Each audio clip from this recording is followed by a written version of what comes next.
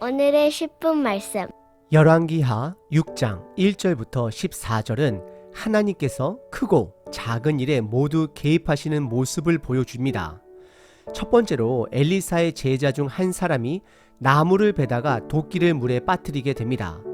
도끼는 빌린 것이기 때문에 그는 걱정했고 엘리사는 나뭇가지를 던져 도끼를 물 위로 떠오르게 하여 문제를 해결해 줍니다.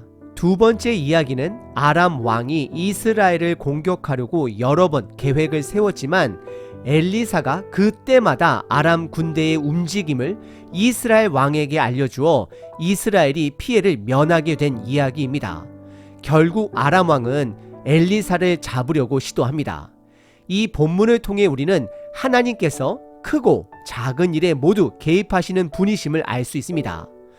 도끼를 잃어버린 사소한 사건부터 나라를 구하는 중요한 전투 상황까지 하나님은 모든 일에 신실하게 역사하십니다. 이 본문을 지나치게 상징적으로 해석하려 하거나 또는 너무 과도하게 복잡하게 생각할 필요는 없습니다. 중요한 것은 하나님이 우리 삶 속에서 크고 작은 모든 일들을 돌보신다라는 진리입니다. 하나님과 동행한다라는 것은 그분을 신뢰하며 삶의 중요한 순간에 그분의 뜻을 따르는 것입니다. 하지만 모든 작은 일에 시시콜콜하게 하나님께 묻는 것은 오히려 불안에서 비롯된 행동일 수 있습니다. 하나님은 우리가 믿음으로 삶을 살아가도록 지혜와 자유를 주셨습니다. 오늘 본문을 통해 하나님을 신뢰하며 동행하는 삶을 사는지 아니면 불안 속에서 하나님을 찾아 헤매는지를 스스로 점검해 보시길 바랍니다. 오늘 본문은 두 부분으로 나눌 수 있습니다. 첫 번째는 쇠도끼를 잃어버린 제자 이야기고 두 번째는 아람과 북이스라엘의 전쟁 이야기입니다. 첫 번째 부분은 1절부터 7절로 제자가 쇠도끼를 잃어버린 사건입니다. 이 부분을 간단하게 5문장으로 요약해 보겠습니다.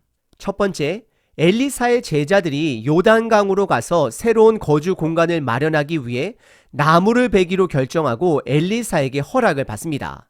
두 번째, 한 제자가 나무를 베던 중에 도끼 머리가 물에 빠지게 되자 이 도끼는 빌린 것이기 때문에 그 제자는 매우 당황하며 엘리사에게 도움을 요청합니다. 셋째, 엘리사는 도끼가 어디에 빠졌는지 묻고 제자는 도끼가 떨어진 곳을 정확하게 가리킵니다. 넷째, 엘리사가 나뭇가지를 물에 던지자 도끼가 물 위로 떠오르게 됩니다. 다섯 번째, 엘리사는 제자에게 도끼를 잡으라고 명령하고 제자는 잃어버린 도끼를 다시 손에 넣게 됩니다. 참고로 이 본문에서 나뭇가지를 물에 던진 것은 어떤 특별한 주술을 사용한 것이 아니라 하나님의 말씀에 대한 순종이 되는 것입니다. 두 번째 본문은 8절서부터 14절로 아람과 북이스라엘의 전쟁에 관한 이야기입니다. 이 부분도 5문장으로 요약해 봅니다. 첫 번째, 아람 왕은 이스라엘을 몰래 공격하려고 매복 전략을 세웠지만 엘리사는 매번 그 계획을 이스라엘 왕에게 알려주어 위기를 모면하게 했습니다. 두 번째, 이스라엘 왕은 엘리사의 경고 덕분에 여러 차례 위험을 피했습니다. 세 번째, 아람 왕은 신하들 중에 스파이가 있는지 의심했지만 신하들은 엘리사가 모든 비밀을 알고 있다라고 전합니다. 넷째, 결국 아람 왕은 엘리사를 잡으려 그의 위치를 찾아내라고 명령합니다. 마지막 5번째, 그래서 아람 군대는 엘리사가 있는 도단성을 포위하게 됩니다. 오늘 본문은 2가지 사건을 다루고 있습니다. 첫 번째는 엘리사의 제자가 나무를 베다가 도끼를 잃어버린 사건입니다. 이 사건에서 제자는 도끼가 물에 빠지자 크게 걱정하지만 엘리사는 하나님의 능력을 통해 도끼를 다시 찾을 수 있게 도와줍니다. 두 번째는 아람과 이스라엘 간의 전쟁입니다. 아람 왕이 이스라엘을 공격하기 위해 여러 차례 매복을 시도하지만 엘리사는 하나님의 지혜로 아람의 전략을 미리 파악하고 이스라엘 왕에게 알려주어 위기를 피할 수 있게 합니다. 이 두 사건은 하나님의 섬세한 돌보심과 전능하심을 보여줍니다. 하나님은 일상에서 작은 문제뿐 아니라 국가적 위기와 같은 큰 문제에서도 역사하십니다. 중요한 것은 우리가 매번 사소한 일에 불안해하며 하나님께 묻는 것이 아니라 하나님의 계획을 신뢰하고 동행하는 삶을 사는 것입니다. 하나님과 동행하는 삶은 모든 순간에 시시콜콜 묻지 않고도 그분을 신뢰하는 마음에서 나옵니다. 큰 일과 작은 일을 맡기고 그분의 인도하심을 구하는 것은 신뢰의 표현이며 그 안에서 우리는 평안을 얻을 수 있습니다. 오늘 하루 우리 삶 속에 크고 작은 결정들이 있을 때 불안이 아닌 하나님의 섬세한 돌보심을 신뢰하며 하나님께서 우리에게 주신 담대함과 지혜 그리고 판단력을 사용해 보시면 어떨까요? 하나님과의 동행은 불안이 아닌 평안에서 시작됩니다. 오늘 하루도 하나님과 동행하시는 저와 여러분 되시길 도전드립니다.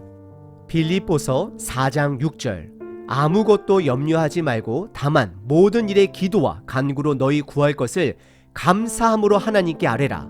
그리하면 모든 지각에 뛰어난 하나님의 평강이 그리스도 예수 안에서 너희 마음과 생각을 지키시리라. 두 번 더 천천히 읽겠습니다. 빌립보서 4장 6절 아무것도 염려하지 말고 다만 모든 일에 기도와 간구로 너희 구할 것을 감사함으로 하나님께 아뢰라.